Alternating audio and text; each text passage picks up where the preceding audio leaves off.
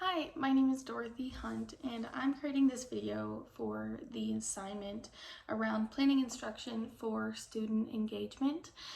So to start off, the project-based unit or the subject or unit that students are going to be learning about and having to create something for would be creating or sharing presentation regarding their family history or cultures to learn more about their own culture or their peers' cultures, as well as cultural communities and the differences that lie within those. For the grade level, this is set at about the fourth grade, as well as the subject area being in reading and social studies because of curriculum being streamlined and being able to hit across multiple subject areas. So for the second question or criteria that we needed to meet, and the question being why the unit is so engaging for students and how it'll be used to increase cognition. This specific project is not only engaging for students in a multitude of ways, but according to Edutopia and one of the articles that we were asked to read for this week, they talked at great length about how project-based learning taps into the science of learning and development for kids of any age. And so in their video, they talk about the fact that we can learn through communication with our peers, as well as being able to communicate effectively with the people around us, as well as collaborating effectively and working together.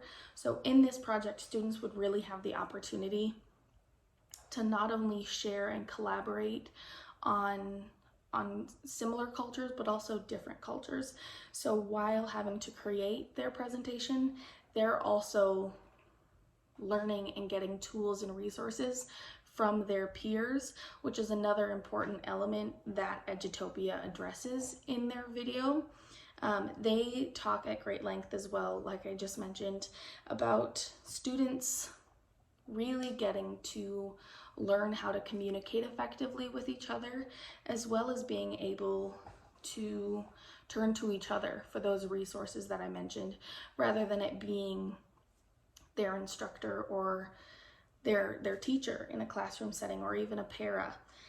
For the third criteria, asking about how the unit is challenging for students, as well as the levels of Bloom's taxonomy that are incorporated into the lesson. The unit specifically will be challenging for students because of the fact that they're being exposed to so many different things that I think a lot of students aren't exposed to very often. And those things are not only being exposed to open collaboration with their peers and really getting to kind of let their creative juices flow, rather than the one-way communication that teachers and instructors, I think, are so often taught in kind of preaching to students, but they're also being exposed to getting the freedom of choice and getting to kind of run with their ideas rather than being told constantly, this is what you're going to do, and not being able to have that freedom of choice. So for the levels of Bloom's taxonomy that this really covers, it covers knowledge, application, evaluation, and comprehension. And I think that these levels are really kind of all-encompassing for the unit that students would be working on.